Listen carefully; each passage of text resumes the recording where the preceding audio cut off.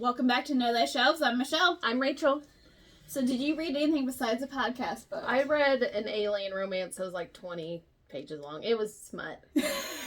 There's nothing wrong with that. I gotta figure out what it was called. Okay. So what you're doing... Oh, Mating the Alien Space Dictator. I thought it was just gonna be Dick instead of Junior. I was like, well, yep, that's definitely smut. Yeah. My bad. Well, I read 5 different books. I went a little stir crazy while you were gone on vacation. So I'm trying to get through my physical TBR. So one of the books on this list is from my physical TBR. That's it. Well, that's something. That's a start, right? It's a start. So that book was Dating After the End of the World by Geneva Rose. It's a zombie apocalypse. I loved it. Yeah, it's 3.5. It was because I'm trying to go through my physical TBR so I can get rid of books that I don't know, no longer like or know that I've read and be like, yeah, I'm not gonna read that again. Didn't do very well keeping that one. And then so the other 2 are some free Kindle ones, manga on Kindle. It's The Writer and His Housekeeper. Not for me, it was a 1 star. Don't Tip Me, BP. It was pretty fun. 3.5 stars. And then Don't Log Off Part 1 and 2, which is a stalker romance that I read today. I read both books. I was like, okay, well, this is good. It set me up for a 3rd one, and I was upset. Yeah. That's usually what happens. And then, of course, the podcast book. Yes. Well, I read half of our next one, and then... Okay, I'm not there yet. But I was in Vegas, as you know. Yes. So there were a couple bookish things in Vegas. All right. Since this is probably going to be a shorter episode. Okay, we'll go for it. Yeah, no. So as soon as I got off the plane, I saw the Frankenstein slot machine. And you didn't take a picture with a book of some sort, but it's fine. And then we were walking around this, mall. And they had a vending machine that was for the library. Like, you could turn your books in and get new ones. Oh. That's cool. That's interesting. Yeah. Okay. I have a picture of that. I'll post it. Okay. Tonight or sometime. Yeah, you're still kind of getting I'll post it on the Facebook. Yes. Okay. Which, if you're not following us there, Know Thy Shelves. Yes. Please do. Okay, well, that's pretty cool. So did you get any new books while you were in there? No. Vegas doesn't have a lot of things to, buy. Yeah. Unless you like designer things, which I'm too poor for. And then we went to the Grand Canyon. Okay. So. Not a lot of, store. Gotcha. Yeah. But you enjoyed your time. That's all that matters. And you're back and reading books again. Yes. All right. Do you want to get into our book? Yes. So our book was The Alchemist by Paulo Coelho. Paulo Coelho is actually how you say it. Paulo. I looked it up. I was going to say, I'm glad you did, because I was like, yeah. Nope. So, I got kind of a short summary, if you want me to go for it. Yeah. Okay, so the book follows, how do you say his name? Santiago. I'm bad with names. Who is a shepherd who travels from Spain to Europe in search of his dreamed treasure, I should say, guided by omens, mentor, and the idea of a personal legend. Along the way, he learns pursuing one's true purpose leads to wisdom, love, and self-discovery. That's the book, yes. That is the book. Of course, there's a lot of other stuff in between, which we're trying to get away from doing just plot summary and going into more of a discussion. So, hopefully you guys are liking that. So let us know. If not, we can sit back. So that's kind of a very short description. Short summary for a short book. Yes. Okay. Thoughts? Okay. So, this book it was a little preachy, but the message overall was good. It's basically follow your dreams. Yes. Regardless of anybody getting in your ways. Because he leaves his lady, like, and so he's like, oh, okay, I'll go with you to Egypt. Yeah. So I felt like a lot happened, but a lot didn't happen. Yeah. Like, it was less than 100 pages, so I felt like, as I was going through, I'm like, okay, and then it was over. I was like, huh? Which is fine, but I just felt like there was a lot that was cram-packed in this short book that kind of surprised me. Yeah. Because I felt like I got more than I did from a bigger novel, if that makes sense. So I thought it was really interesting about the omens, because I know a lot of people are still really superstitious about omens in general. And so this book was basically listening to the omens. Yeah. And what they're telling you. Basically listening to your heart. Yeah. Pretty much. Pretty much. Also, go see the world. Which did really well with me this weekend. Yeah. That is, I did kind of, it did irk me a little bit that you got through this entire journey, went to go see the pyramids because his dreams, and this gypsy lady told him to do it. And, you know, he's looking for this treasure. And then at the end of it, which I get the reasoning, but I kind of was like, he did all this. He lost his money like 3 times. Got robbed like 3 different times. It's all about the journey and less about the destination. Yes. I can totally get that with this one. But I was just like, oh. It was right where he was beginning. But then it's like, but you wouldn't have got to see the pyramids. Weren't they beautiful? And I'm like, dang. See, because if he would have known it was right where he had started, yeah, he hadn't have met any of the people that he met. Yeah. Throughout the way. He wouldn't have met his lady, even though he left her. Bye. He's coming back to her, I think. Yeah. He wouldn't have seen the things that he saw. I don't think he would have learned his own heart either. Yeah. So I thought that was really nice. I felt like this book was more about, it was more like a self-help book than a book. A little bit. Like, I got more of like, he was trying to tell you something, like, try to, like, follow your heart, go do things, even if you're gonna fail. Yeah. So I thought that was really, like, it was, I could see this book being a book where you pick back up when you feel like you've lost your way, which he did kind of say in his prefaces that he's read his book multiple times because he still needed to hear what he wrote. Yeah. So I thought that was really, like, powerful. Like, it was like, I got goosebumps. So I just thought that was really interesting. It is not a book I would have picked up. Like, at all.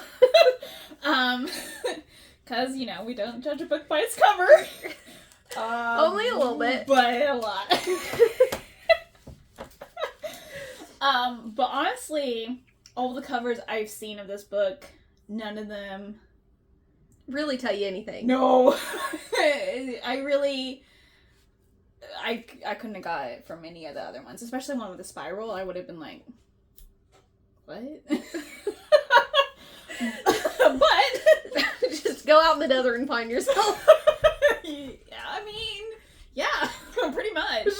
I did kind of like, I felt bad for the Englishman. Uh-huh. Because he was looking for the alchemist. And then the main character's like, well, I'm gonna travel with you, alchemist!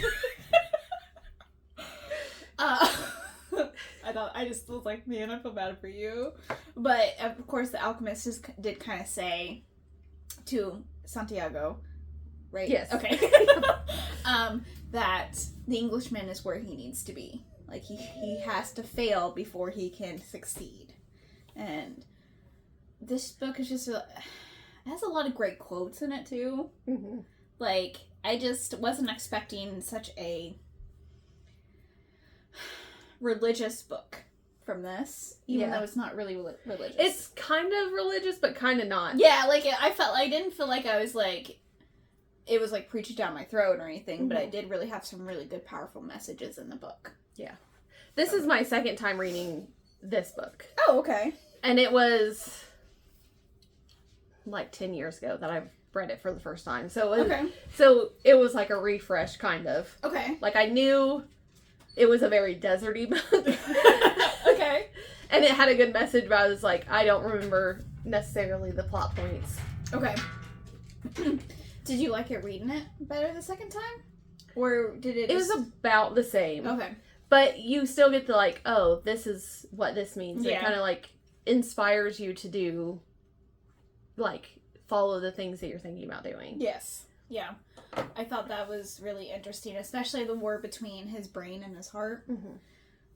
Where you just have to listen to your heart, no matter your brain's like, no, this is not going to work out because of this, and this.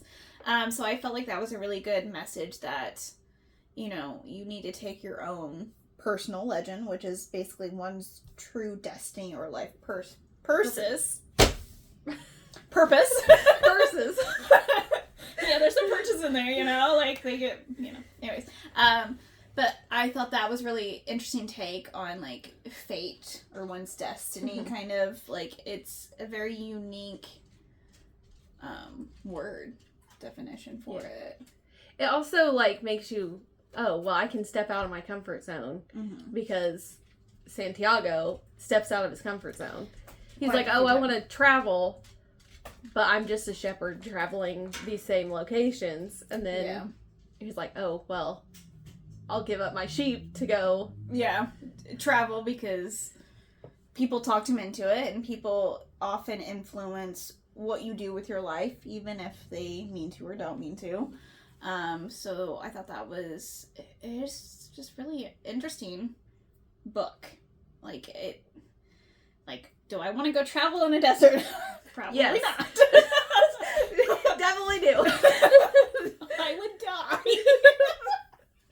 I want to see all the things. Yes. and not needing money. He just doesn't need money. Well, it's a good message for, like, travel when you're young and travel when you're broke, because you never know what you're going to get into. Yeah. I do. I did like that. I did kind of like that he was in, like, the crystal shop for years. Yeah. What was it, like 11 months or something like that? Yeah, something like that. Yeah. But that one guy was so afraid to follow what he truly wanted to do. Yeah, and he stayed. Yeah, and he stayed at the crystal shop. And he didn't want any change, so he added all this change. He was getting all this revenue, or Santiago was helping him do that.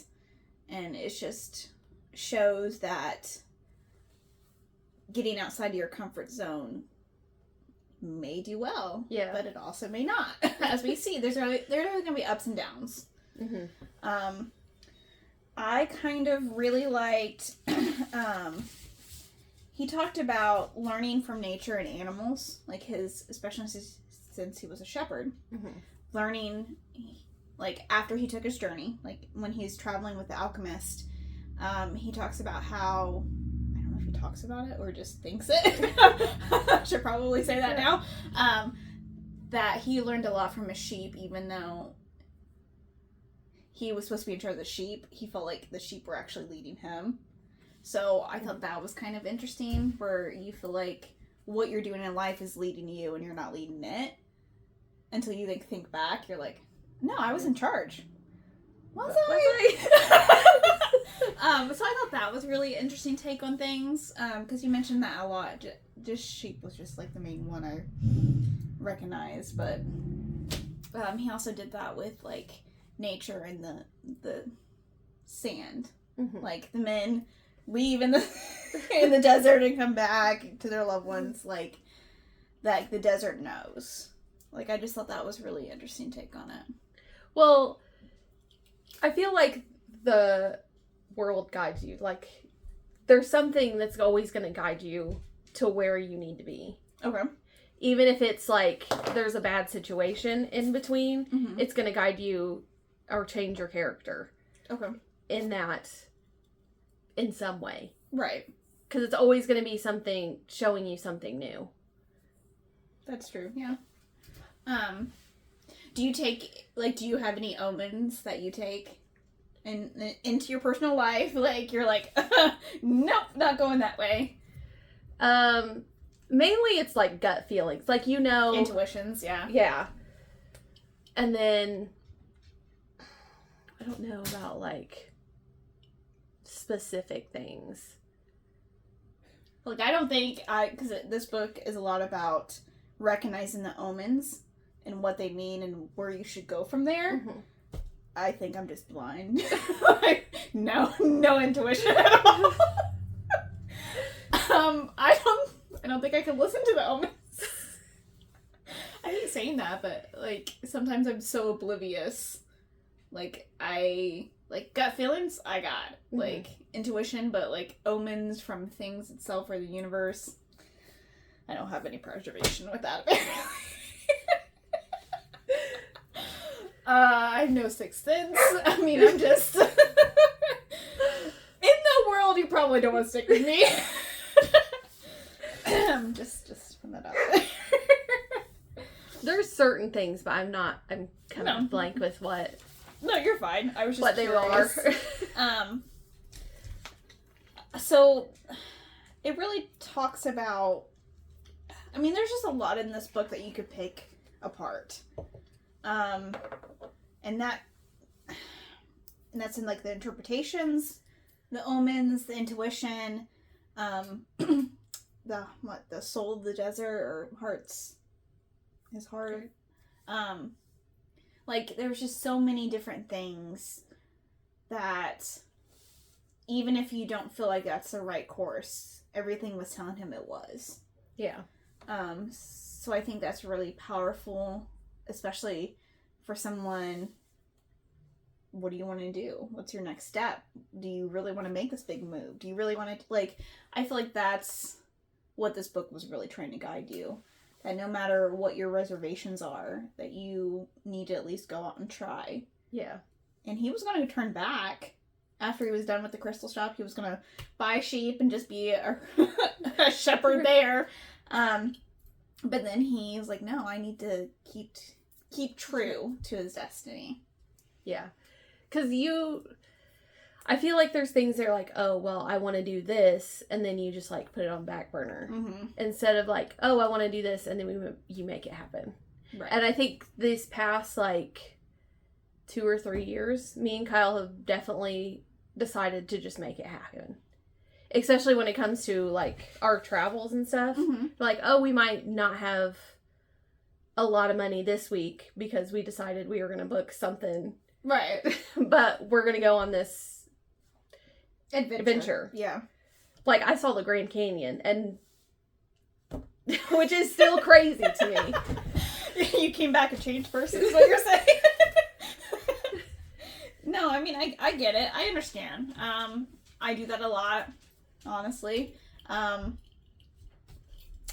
There's some point where you just need to change. Mm-hmm. That's really all it is. Stop saying you can't do something and just say, how do I make this happen? Yeah. Done. You literally just have to change your mindset. Mm-hmm. You're just like, okay, well, I'm going to do this. Yep. This is what I'm doing. Yep, this is what we're doing. This is how much we're going to take. Like, yeah.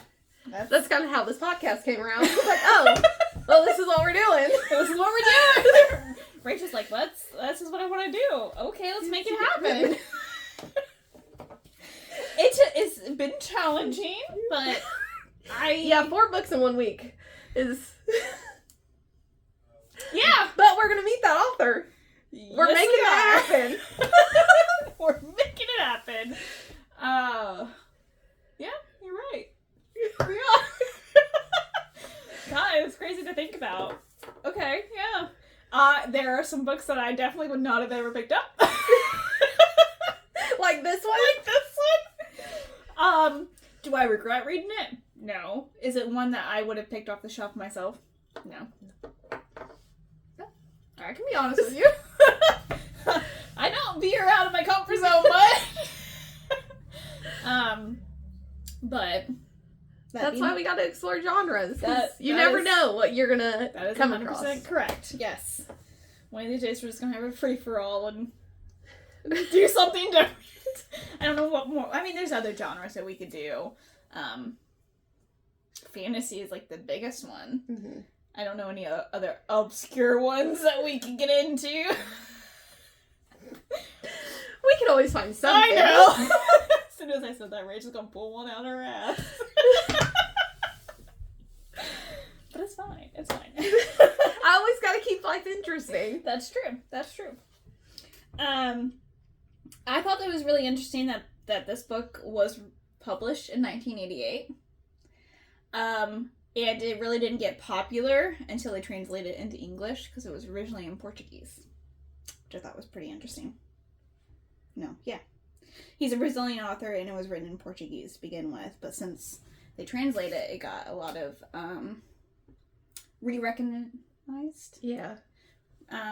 So I thought that was really interesting that he also wrote this in 20 minutes. That is a fast write. Yes, it is. But I can also see why. There's not a lot of, like, major, like, plot in it. It's more, like, ideas. Yeah. And, like, following Santiago through these ideas. Yes. Yeah. So, and he actually said that he rereads it quite often. I just thought that was really powerful. Like, I don't know many authors that would reread their own book multiple times. Yeah. I mean, there are authors like that, but I feel like this book is one that you could probably read 20 times to get something completely different out of it each time. Yeah. Like, especially what you wanted to focus on. Or, like, at different times in your life, so you take it when you're younger, you're like, okay, well, I got this out of it, and then you read it 10 years later and you get something different. Mm-hmm. Yeah, it's definitely one that does have a nice reread factor on it. Just because it's like a movie, you're always going to find something different or something else to fixate on. Yeah, and it's a quick one too. So yeah, it's not a very long read. It felt long reading it. Just because I wanted more action. You wanted more story. Yeah. You wanted more plot. I did. I was like, okay, all right. What am I supposed to get out of that? But then once you finished it, like, I felt like it tied it together. Mm-hmm. Like, it all made sense to me after I read, like, the last chapter. I was like, he had to go back to where he was at, but it's not about where the treasure was. It was about the journey that it took him to get there. Yeah. And the people that you meet, because you never know who you're going to meet. Yeah. Like, yeah, he would never have met his wife, girlfriend, lady friend, unless he went on this journey. Mm-hmm. Like, it just wouldn't have. It wouldn't have happened. Yeah. It was insta love, but it's fine. For the story, I get why. There. If we weren't focusing mainly on, like, the other characters, it was mainly just him, and then people came in and out of his life, which happens. Yes. Yeah. And some of them may always find their way back. Yeah. So, I thought that was, like, it's just a very powerful book. It has a lot of great meaning and messages behind it. I don't know a lot about Allah, but I don't either. I was like, oh god, I hope it's not going to reference things I don't know. It did kind of, but context clues, like, we know that's, they're gods. Yeah, but you can also, like, okay, this is Allah, but you can also think of this as just, like, the universe in general. Mm-hmm. And less about, like, religion and which god he's portraying in the book. Yeah. No, I totally, I get what you're saying. But yeah, I would say that, like, the main theme is I wouldn't even say finding one's destiny. I would almost just say the journey itself. Yeah. Because go ahead, sorry. No, you're fine. No, because he talked a lot about destiny and finding his way when he really didn't need to. It was right there by his house the entire time. The dream of the treasure. I don't know. It was just I wouldn't say it would be finding his destiny per se. It was just more of getting out there and doing things. Yeah. Just kind of like following your heart and see where it leads you, and like connecting with other people too is a big one in this one, because he would have never got anywhere if he hadn't went to like the crystal shop and like, oh, well, I saw this guy. And the same with this crystal shop guy, because he changed his life as well. Yeah. I really thought the Alchemist was pretty funny, even though he was kind of a butt. For good reason, but there was this one part that still gets me that I'm thinking about to this day, is when they're, in the midst of a war, and the Alchemist and Santiago are traveling to the pyramids, and these two guys are like, what are you doing? What do you have? And the Alchemist is like, oh yeah, I have this thing that can turn things into gold, and da-da-da-da.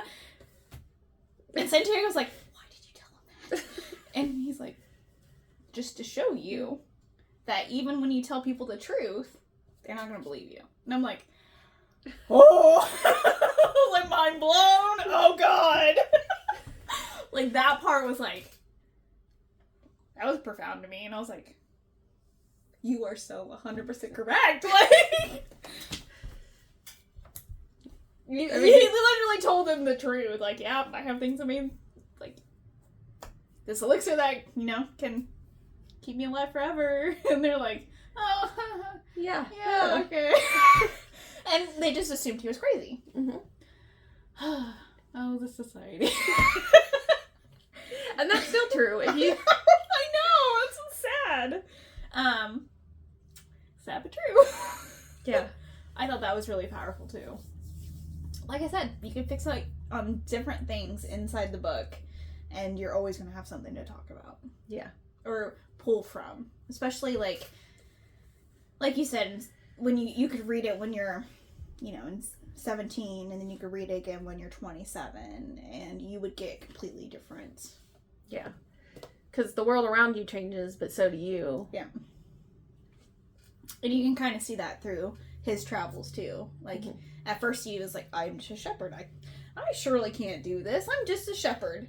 Like, you could tell his hesitance in the beginning, like, no, I'm this, and I can only be this.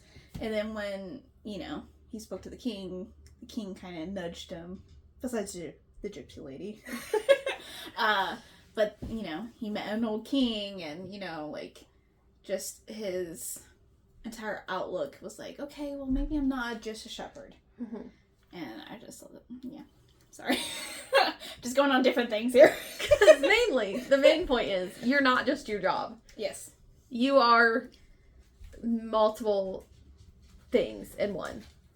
But I feel like there are some, especially like older generation, like I'm talking about Little Farm on the Prairie generation, where you were only just who you were. Like if you were a farmer, you were just a farmer. So I felt like it brought that stereotype back in. Yeah. To basically just shred it. Yeah, but the Little House on the Prairie people were not only farmers, they were homemakers. They were fashion designers too, because they had to make their own clothes. That's true. Yeah, you're right. Plumbers, carpenters. There's so much encompassed in one person, which we've now lost, because now we're just like, oh well, I'm just a banker. Yeah. So you feel like we're going the opposite way? Yes. Okay. I can definitely see that. Because we're not doing... Yeah. I think a lot of it is we're so focused on, like, our phones or technology or other things that get in the way that we're not, like, exploring anymore. No, I agree with you. There... like... For example, we stop exploring space. We stop exploring our own Earth, like our own oceans. Yeah. What do you mean we only looked at 10% of our own ocean? Well, we can't get down to a lot of it. No, but like you would think with technology. I mean, we went to space. We can't build a. It's the same thing. Going to. I know it's different, but it's essentially the same. Yeah. I don't understand. I need more. but I agree with you. I feel like we got so lost in trying to develop the technology to better move forward man, and we kind of left some humanity behind on that. Yes. Especially right now. I think there's a lot of hatred towards other people. My only hatred right now is gas prices. Sorry. I just saw the gas price and I was like, oh, okay, well. Yeah, there's that too. Yeah, we're not going to. But, like, you shouldn't have to put somebody else down to raise yourself up. Like, and there's a lot of that happening today. No, I get that. I agree with you. Yes. Is there anything else you want to talk about the book before we get into our ratings and going over our ratings for the month? I don't think so. I think this one's going to be a short one. Yes. Okay. I mean, less than 100 pages. It was cram-packed full of ideas, and I feel like stuff that made you want to think about life. Yeah. Where you're going in life, which is the point of the book. So, okay. So this was is this technically our five? No, wait. No, this is our fourth book. Yeah, no, what genre is it? This is our fantasy pick. Fantasy pick, yeah, it was very loosely fantasy. Got it. Okay, so what would you give the book a rating? 3.5. Okay. It does have a lot of ideas, good ideas, and you definitely get a lot of things from it. Mm-hmm. I just like a little more plot in my books, but that's okay, because I'll still probably reread this again in the future at some point. I gotcha.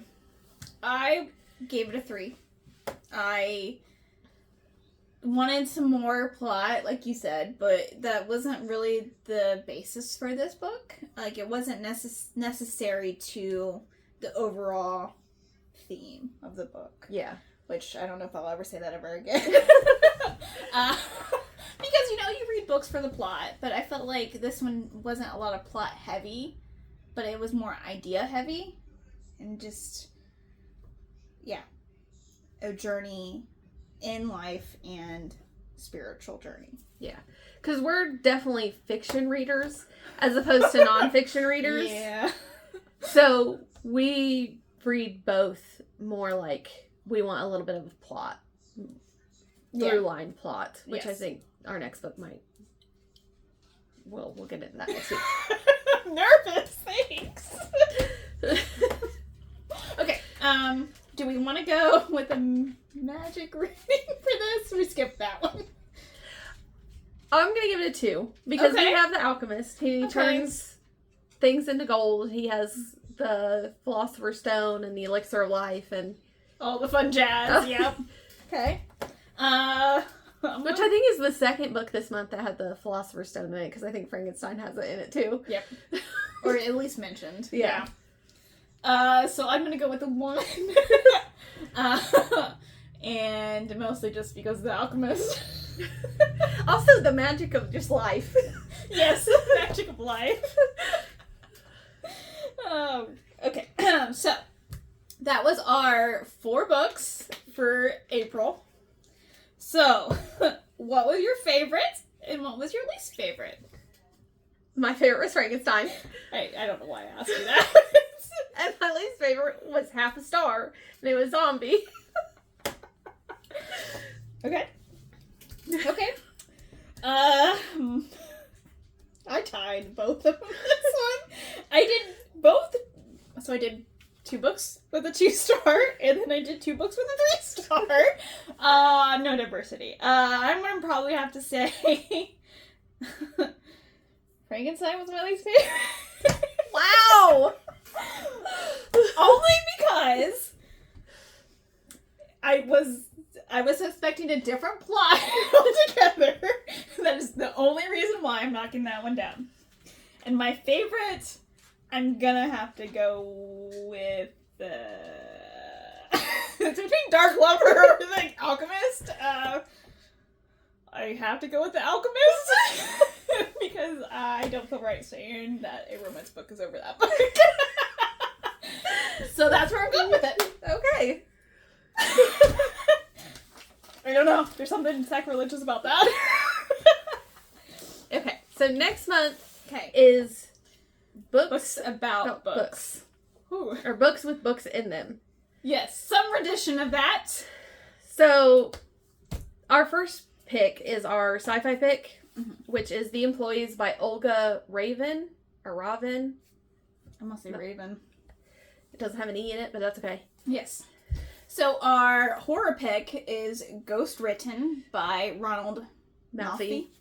And this is just, 4 different novelettes? Yes. Okay. Interesting. And then our romance pick is Better Than Fiction by Alexa Martin. Okay, and then this is going to be our fantasy pick. The Starless Sea by Erin Morgenstern. Terrible with names. You guys are welcome. All right. Anything else we want to talk about? Follow us on Facebook if you haven't already. Of course. We are going on a Chicago trip soon. Woohoo! So if you have any bookstore recommendations that we should check out, Yes. let us know. And I have a post on our Facebook page that you can leave those there. Yes. Yes. Hopefully find some really cool ones. Yes. We are also going to Q&A with 3 different authors. Yeah. One we both are really excited for, the other 2 we don't know. So we're going to read some of the books. That's going to be at a later date. Yeah. But Not this month. Yeah, no, not this month, but we might do it. Well, we're not sure yet. We're going to do it right, before we meet them, obviously. And maybe rereads. No. I'm already vetoing no. No 4 books in 1 week. I don't know if I might bring the name of that. But We could read a smaller one, or we could go further into... we could read The Vault, which is So, here's the fun thing about The Vault. Isn't it like a prequel? No. Oh. It's continuation, but... Oh. Okay. You have to read the Hades series before you read The Vault. Oh. And that's 4 other books. Why? Okay. I don't know if I... Okay. The author we're meeting is Tate James. You couldn't tell. Yes. To be announced. So this is our second author event this year. Oh, yeah, it is, isn't it? Because we didn't discuss anything. Well, we can talk about R.L. Stein now. I want to. Since this is a short episode. Okay. Alright. So we met. Well. We went and saw R.L. Stein speak. Yes. I was like, wait, let me revamp that. So it was a free event through, The Indianapolis Public Library. yes, I was like, it was a public library of some sort. And they did, you get free tickets. You had to reserve them kind of. And then out of those, half of them got to be able to meet with him. Which is chance of the chance, luck of the draw. We did not. Yeah. Probably much to your husband's dismay. Yeah, Kyle was a little upset. Yes. It was really, so, what was maybe a half-hour Q&A? Yeah, half hour to 45 minutes. Okay. And the person doing the Q&A is also the new, Reading Rainbow host. yes. Michael Thipes. I think that's how you say his last name. I could be wrong. It doesn't sound right, but that doesn't mean anything. So yeah, we got to, he was also doing a book signing. He published a book, I guess. A kid's book. Picture book? I'm not sure on that one. I think it's picture book. Picture book. So he was doing signing afterwards. We did not stick around for that. Because you had to have the book, and neither of us have children. Yeah. So... and the line was super long to get the book. Yeah. Anyways, it was a really interesting, neat experience to go see R.L. Stein talk about his thought process. Was this your first author event? Yes. Yes. Oh, yes, it was. Yeah, technically, yeah. I mean, I wouldn't know of any other ones. Well, we went and got a book signed by Oh, what is his name? Joshua Hall. Yes. So technically not. No? No, yeah? Yeah. Kind of? I don't know. Do you count him? Yeah. Well, I had met him before, and Kyle is kind of sort of friends. They're acquaintances. They talk sometimes. I have to get this right here. So yeah, no, I met him first because I read one of his books, and then he was coming out with 14. Yeah. 81, 14. Yeah, I was like, it doesn't sound yeah. So we got that signed by him. Yes. Well, not together. Together, but we got separate books. Yeah. English is hard sometimes. So I guess technically R.L. Stine would be my second. But this was your first, like, them talking event. Yes. I think it was my first talking event, too. No, it was not. Because I met Grady Hendrix. You met Grady? I knew that! I knew that! Not angry at you at all. No, I'm just kidding. Yeah, so it would be my second. First, actually, like, having a Q&A, basically. Yeah.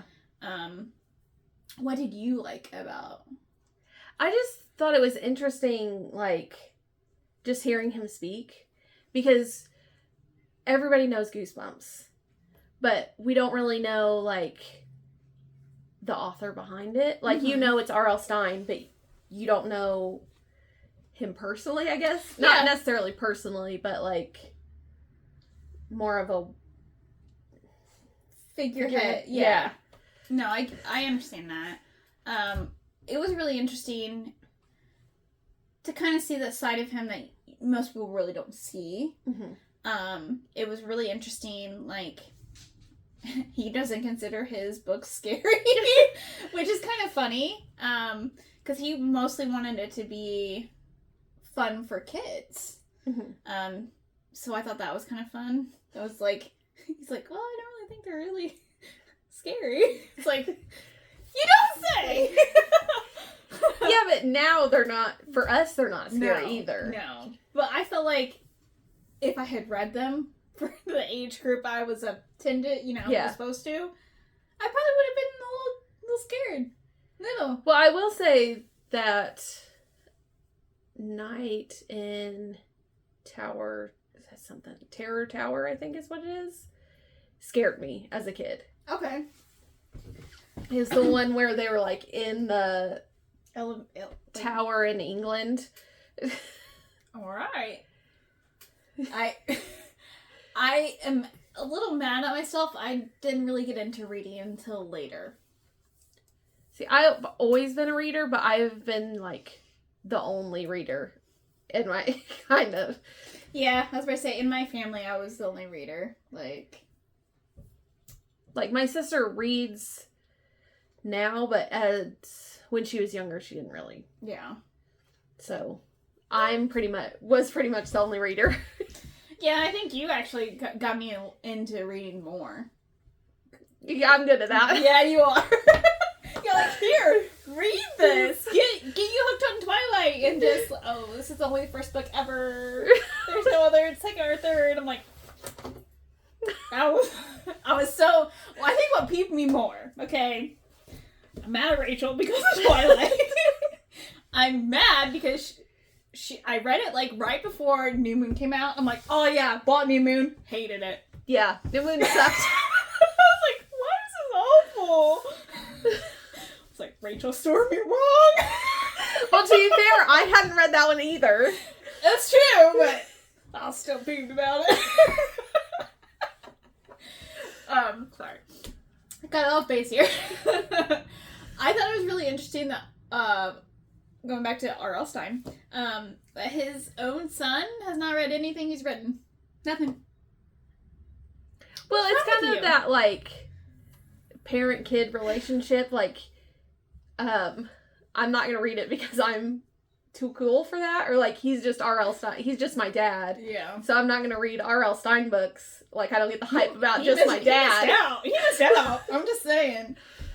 Even his grandkid? There has to be a line. Yeah. Okay.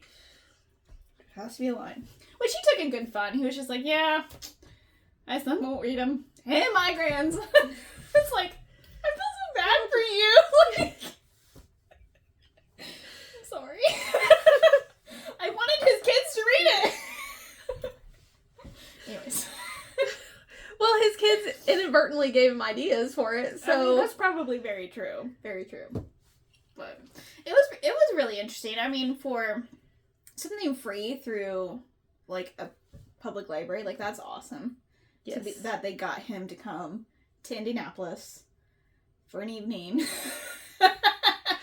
And to talk a little bit about his process and, like, new stuff that he has coming out.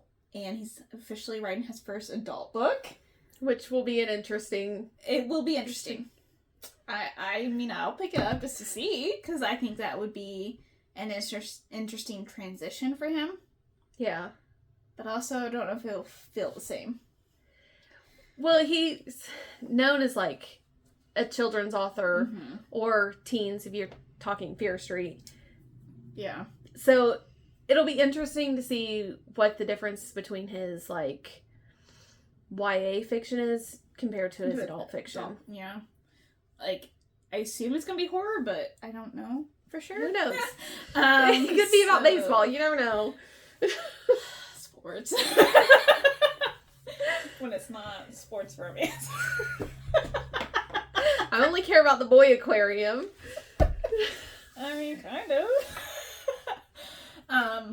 But it was really interesting because he kind of mentioned a little bit about Goosebumps has always been a thing. Yeah.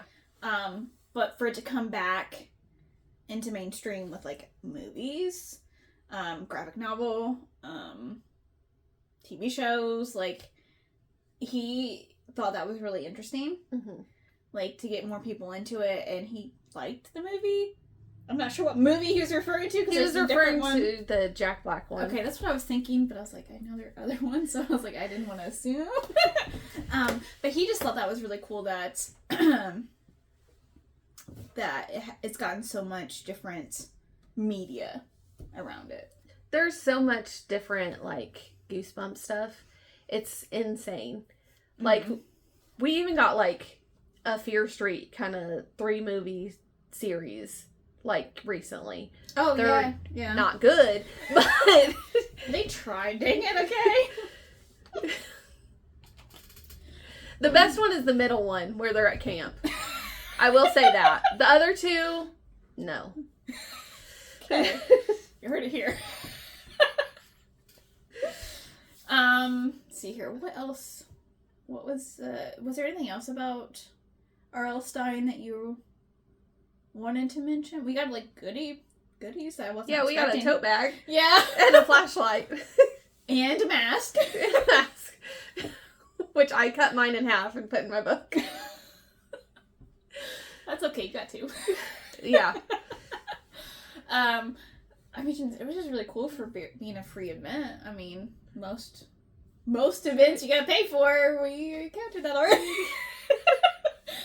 Oh, but we bought them mostly for the books. Yeah.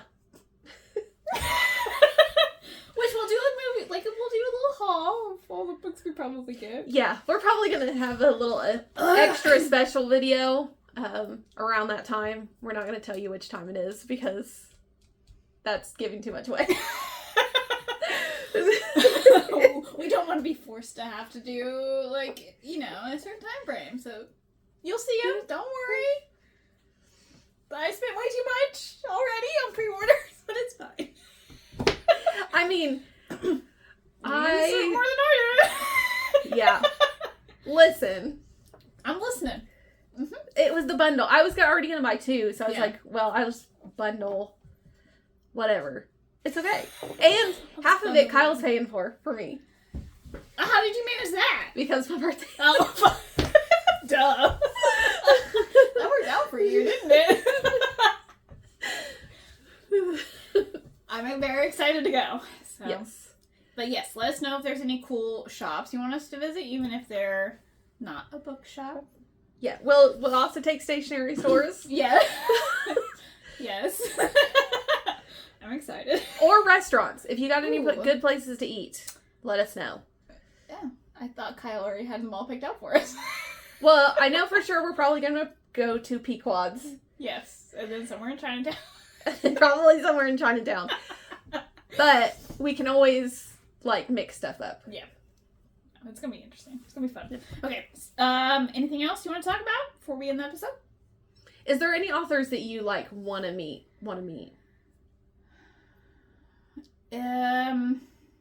Yes. Yeah. I'm not sure if I'm going to say her name right. Isla Damon? She is the author of the Black and Blade series that I absolutely love. That gotta buy again because she's actually getting published, not independent published, so different books. So there's that. And there's no really cool special editions out of her books. But yes, I would love to meet her. Yeah. Maybe Stephen Graham Jones too. Yes. I want to meet Steve Graham Jones, but he usually is in, like, the southern states, so, like, Texas, Arizona, Nevada. No, we're not that far. I'm just saying. I mean, I'm just saying I was just in Nevada and Arizona. I mean, why didn't you meet him? Because he didn't have an event. I didn't play. I'm so mad. So Matt Demian, I think is how you say it. Yeah. I just lost it. Dungeon Crawler Carl, the author of those books. I really like the first one, so I wouldn't mind meeting him. He had an event, but it was, like, sold out. It was sold out immediately. It was one in Ohio. I was so bad. Don't even talk about it. Yeah. Because his newest book in that series is coming out soon, so. Yeah. I met Elle Kennedy already, so she's not on my list. I'll meet her again, though. if it happens. I'm sure there's a couple books over there that you don't have signed already. Yeah, I could probably find a couple. Jay Bree, I wouldn't mind meeting her. Yeah, that would be a cool meet. Grady Hendrix, just because I like that one. He's fun when, like, he does his, like, speech thing, because we did, like, he had a talk, but it was, like, about Christmas ghost stories, so he's, like, horror and Christmas together. Okay. So that was a fun time. I bet. That'd be interesting. I always like it when two things never, like... It's nice when they contrast very nicely. Yes. I wish that we still had Scarlet Lane Brewery, because they did Scarelastic, which is a bunch of horror authors. So that's where I got to meet a bunch of authors. Oh, okay. And also where I got to meet Grady Hendrix. So it's like, dang it, now we don't have something like that. Yeah. Even though Ink Drinkers is putting something on, I think in August, which is also like a Scarelastic type thing. Okay. Depends on the timing. Yeah. Okay. Yeah, I mean, I'm sure I have others, but those are the ones that come to mind that I'm like, yeah. I want to meet Stephen Graham Jones. That'd be fun. It's on the top of my list right now. I'm the next series I want to read is the Indian Lake one. Yes, those are good. I know. I need to read them. I almost, but it was over 300 pages. I was like, I can't do that right now. Especially for my little horror heart that, like, loves horror movies. Like, they're amazing. I know. And Jade is amazing. I made it on a horror kick, so... Okay. So before you read those, watch the movie The Burning. Okay. Okay. I know that doesn't, like, link up, but it'll link up in the story, because she talks about it. Okay. The Burning. Okay. Thanks for the homework. But, you know, since I have those special editions, I wanted to try to do a little bit, be a little bit more intentional on books that I buy in the space that I have. Because it's getting to the point where no. Yeah, I'm out of space, as you can tell. I'm double shelved on a lot of things. I even went through my manga. It kills my soul. But yeah, I'm just trying to just be a little bit more like, if I'm not going to reread it, what's the point of holding on to it?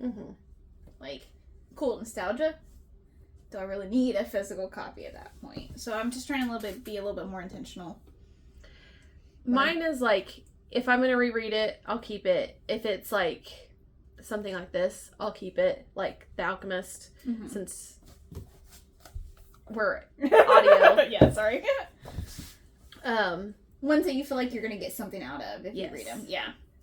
That's kind of where I'm at. Because there are some, like House of Night. I've not read it past like 5, and I have like 8. Like I didn't get past book 1 in that one. See, I really liked it. It gets repetitive for me, which is a problem.